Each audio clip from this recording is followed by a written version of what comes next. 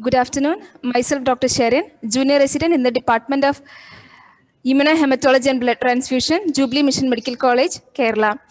I would like to extend my sincere gratitude to the entire YPF team for giving me an opportunity to do a case presentation of an infertile male with hemolysis and thrombosis. So moving on to the case discussion, a 30-year-old male presented to the emergency room with complaints of left lower limb pain and swelling associated with nausea and vomiting for 2 days. He had on and off fever and anorexia for the past 1 month. On examination, his vitals were stable. He had pallor and left-sided pedal edema and bilateral axillary lymphadenopathy. On head-to-foot examination, there was lack of facial hair.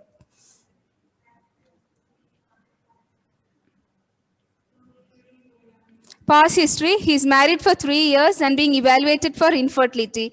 There is no similar complaints in the past and he is not on long-term medications. There is no history of similar complaints in the family. An initial investigation showed that he was anemic with HB 5.1 gram per deciliter and RBC count of 2.7 million per mm cube. His MCV and MCH were reduced. Red cell distribution width was elevated and ESR was also elevated. In peripheral blood examination, erythrocytes showed anisopoikilocytosis with plenty of macrocytes, microcytes, target cells, few teardrop cells, polychromatophilic RBCs, and a few normoblasts. There was moderate hypochromia and arule noted. Leukocytes count were normal, predominantly neutrophils with shift to left. Platelets count were normal and clumps seen. Impression, dimorphic blood picture with plenty of macrocytes and microcytic hypochromic RBCs. RFT and LFT were almost within normal limits except for a mild hypoalbuminemia. Additional tests showed that his serum iron as well as his vitamin B12 were low. He had mild reticulocytosis and mild elevation in LDH. His ANA was positive and viral markers were non-reactive. His coagulation profile showed that the PT was normal, but APTT was prolonged. Here, his D dimer was elevated. Test done at immunohematology lab. We received the sample for grouping and cross-matching. Group was identified as O positive and there was no discrepancy. Antibody screening showed pan-reactive. We done compatibility testing on 4 samples and all were incompatible. Direct antiglobulin test showed 4+ reaction and monospecific direct antiglobulin test was positive for IgG and C3d.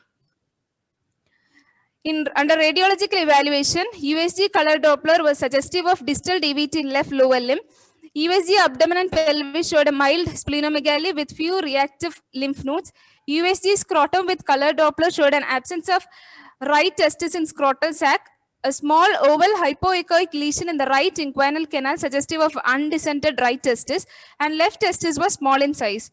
CT thorax showed no evidence of pulmonary thromboembolism, but it showed bilateral glandular gynecomastia and significant supraclavicular, mediastinal and bilateral axillary lymphadenopathy. Further, the sample was sent for ANA profile and antiphospholipid syndrome workup. Sample was also sent for genetic workup in view of undescended testis. He was started on anticoagulants. ANA profile by Western blot technique showed positivity for double-stranded DNA and anti-Smith antibody. Antiphospholipid syndrome workup showed an elevated levels of anticardiolipin antibody, antiphospholipid antibody, and beta-2 glycoprotein antibody. Genetic workup gave a picture of 47XXY, which was suggestive of Klinefelter syndrome. So summarizing the findings, he had lack of facial hair, pallor and pedal edema, pain and swelling in the left leg, and history of infertility. Clinical examination, laboratory investigation showed HP of 5.1 gram per deciliter with reduced MCV and MCH, raised ESR, peripheral blood smear shows dimorphic blood picture, mildly elevated LDH and reticulocytes. ANA was positive for double-stranded DNA and Smith antibody. Antibody screening was pan-reactive. Direct antiglobulin test was positive for IgG and C3d. USG color Doppler showed distal DVT and karyotyping was suggestive of Klinefelter syndrome. With all these findings, we came to the diagnosis of autoimmune hemolytic anemia with distal deep vein thrombosis associated with systemic lupus erythematosus and Klinefelter syndrome. So he was started on methylprednisolone and anticoagulants, supplemented with multivitamin tablets, iron, vitamin B12 and folic acid, and his symptoms started to improve without transfusion. At the time of discharge, his hemoglobin level was 7.3 gram per deciliter, and he was advised to do repeat ANA profile and antiphospholipid antibody after 3 months. He was referred to an endocrinologist for further management of Klinefelter syndrome. So moving on to the discussion, Klinefelter syndrome is the most frequent major abnormality of sexual differentiation in men, affecting 1 in every 500 to 1,000 born males. They have more than one X chromosome, usually 2, giving the usual genotype picture 47XXY. They are characterized by unicoid appearance, increased length of arms and legs, scanty facial and body hair, gynecomastia, small and firm testes, and hyperpigmentation of the lower extremities.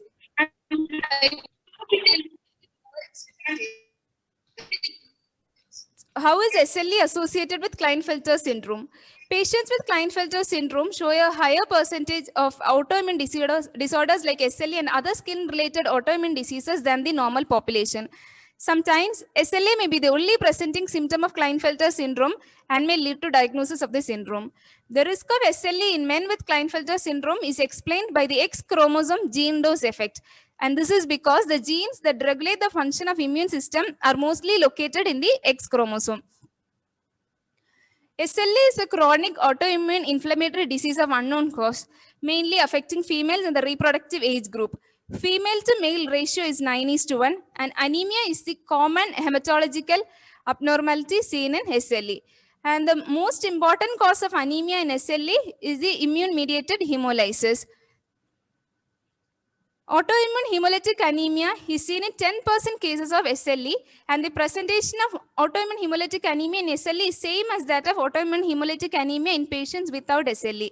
They present with anemia, increased reticulocyte count, increased indirect bilirubin count, increased LDH or low serum haptoglobin, and a positive DAT.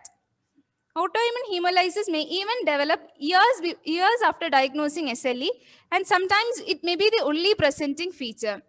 Autoantibodies to RBCs in SLE may be warm or cold reactive. Coming to the management of autoimmune hemolytic anemia due to SLE. Autoimmune hemolytic anemia responds to steroids in 75 to 96% of patients. Once the hematocrit begins to rise and reticulocyte counts falls, steroids can be tapered. If no response, you can consider pulse steroids, azathioprine, and cyclophosphamide. You can also consider splenectomy. In refractory cases, you can consider intravenous immunoglobulin, danazol, mycophenolate, and rituximab. SLE and thrombosis. SLE is an independent risk factor for developing arterial and venous thrombotic events. There is always a striking increase in thrombotic events, and this is because of the SLE associated with antiphospholipid syndrome. Antiphospholipid syndrome has been described in 50% cases of SLE patients, and 20% of all the antiphospholipid syndrome patients have SLE. Treatment of the acute phase of venous thromboembolism is no different in these patients from the standard treatment. There is always a persistent risk of thrombosis in these patients, and therefore long-term anticoagulation is recommended. Thank you. Thank you, Dr. Shireen.